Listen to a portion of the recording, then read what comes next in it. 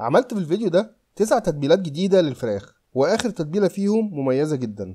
لو عاوزين تاكلوا الفراخ بطعم مختلف ففي الفيديو ده هتلاقوا افكار جديدة تناسب جميع الاذواق. التتبيلات دي هتكسر لكم ملل الطرق المعتادة في عمل الفراخ، وهتضيف لكم على السفرة طعم مختلف ومميز للفراخ بمختلف قطعياتها. فيا ريت تحفظوا الفيديو عندكم عشان هتحتاجوا ترجعوا له في كل مرة تحبوا تعملوا فيها فراخ على الغداء او على الفطار في رمضان. وتعالوا نشوف التتبيلات مع بعض. فاول تتبيله فرمت حبه توم كامله، وممكن تستخدموا توم مفروم جاهز. وعشان هيحتاج الروزماري كتير فقطعت حوالي 3 او 4 اعواد، لكن مع التتبيله دي بس ممكن تستخدموا عود او عودين كافيين جدا. بمسك العود عكس اتجاه الورق وبسحبه كده، والطريقه دي اسهل واسرع. بعد كده بقطع الاوراق كويس جدا بالشكل ده بحيث يبقى شبه مفروم كده ونكهته تظهر في التتبيله.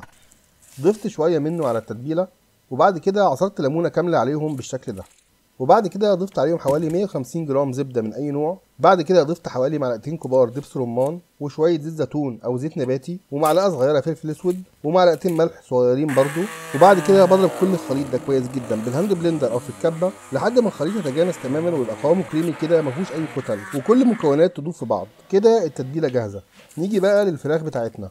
انا مستخدم هنا فرخه كامله. من تحت الجلد كده في الحته دي ببدا اعمل فتحات صغيره بالسكينه، فتحات صغيره جنب بعض بالشكل ده عشان اوصل التتبيله لجوه القطعه. بعد كده ببدا اتبل الفراخ من تحت الجلد الاول بالطريقه دي، يعني بحط التتبيله من تحت الجلد وبفردها كويس من تحت وبقفل عليها الجلد، وبعدين ابدا ادلك القطعه من فوق كده لحد ما اخلص القطعه كلها. وكده هي جاهزه عندي. لو هستخدمها في نفس اليوم بحطها ساعتين في التلاجة قبل ما استخدمها، ولو هخزنها بحطها في كيس وبحفظها في الفريزر كده، ولما اجي استخدمها بس بطلعها قبلها بساعه عشان تفك. واخيرا طريقه التسويه للتتبيله دي بتكون في صينيه في الفرن مع كوبايه ميه وتتغطى بورق فويل او في كيس حراري. تاني تتبيله بابريكا مدخنه وصوص باربيكيو وورشستر شاير صوص وفلفل اسود وملح وزيت زيتون.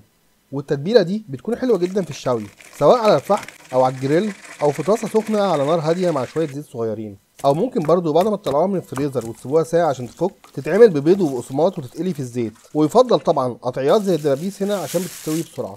التتبيله الثالثه طرق تسويتها تكون بنفس طرق تسويه التتبيله اللي فاتت لكن بطعم مختلف. استخدمت فيها معلقه كبيره كاري وحوالي 3 معالق صويا صوص ومعلقه حبهان مطحون ومعلقه مستردة وفلفل اسود وملح وزيت زيتون او اي زيت نباتي.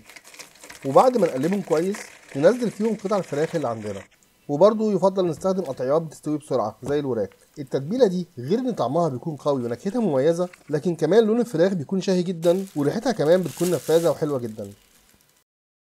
التتبيله دي من التتبيلات الرائعه للشيش طاووق، واللي بتديه طعم حلو جدا لما يتعمل في الفرن او حتى نشويه. في بوله كبيره عصرت ليمونه وضفت عليها معلقه كبيره دبس رمان ومعلقه كبيره بابريكا مدخنه ومعلقه صويا صوص ومعلقتين شيلي صوص وفلفل اسود وملح وشويه زيت صغيرين.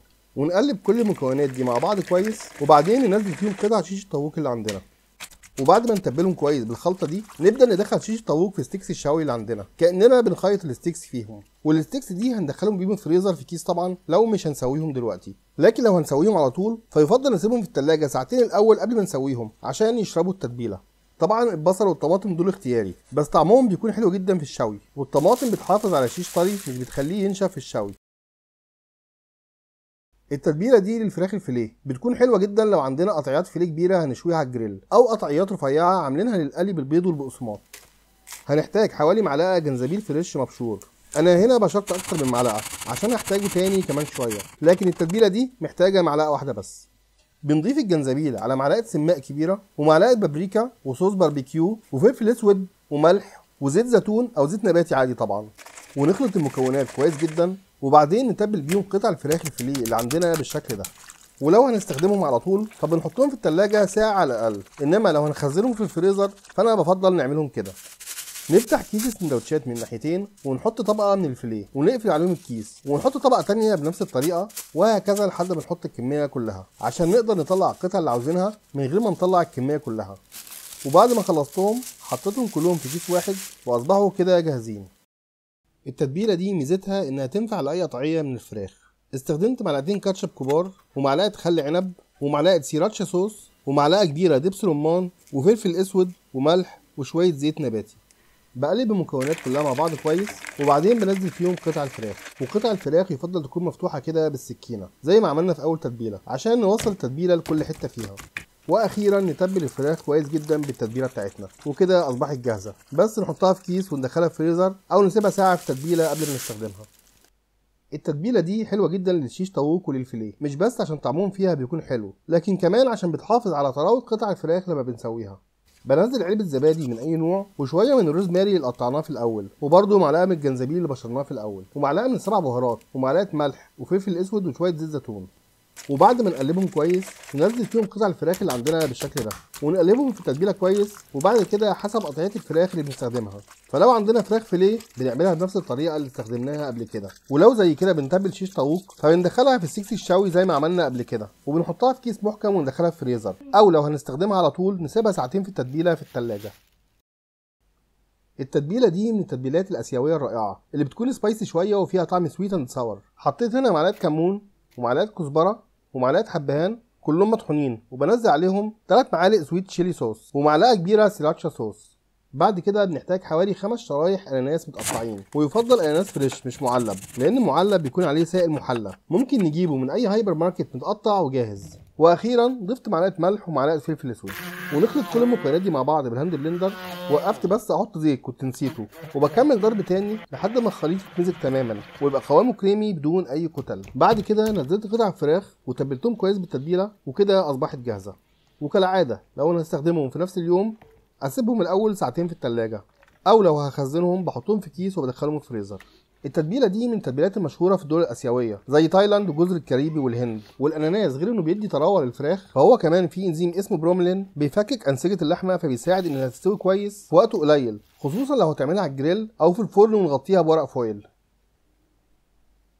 في التتبيله دي هنستخدم الكيوي، وخليني اقول لكم ان الكيوي من اكتر الفواكه اللي بتستخدم في تتبيل اللحوم في اليونان وايطاليا ونيوزيلندا، لانه فيه انزيم اكتيونيدين اللي بيساعد على تفكيك انسجه اللحمه بشكل اقوى من الخل، وحتى اكتر من الماده اللي في الكولا والصودا اللي كانت طلعت ترند فتره في تتبيل اللحوم. استخدمت هنا 3 حبات كيوي، قطعتهم ونزلت عليهم معلقه توم مفروم ومعلقه سيراتشا صوص وزيهم باربيكيو صوص، وعصرت عليهم ليمونه متوسطه، وبعد كده بضيف عليهم ملح وفلفل اسود وشويه زيت زيتون. وضربت كل الكلام ده بالهاند بلندر كويس لحد ما اصبح خليط سائل مفيهوش اي كتل.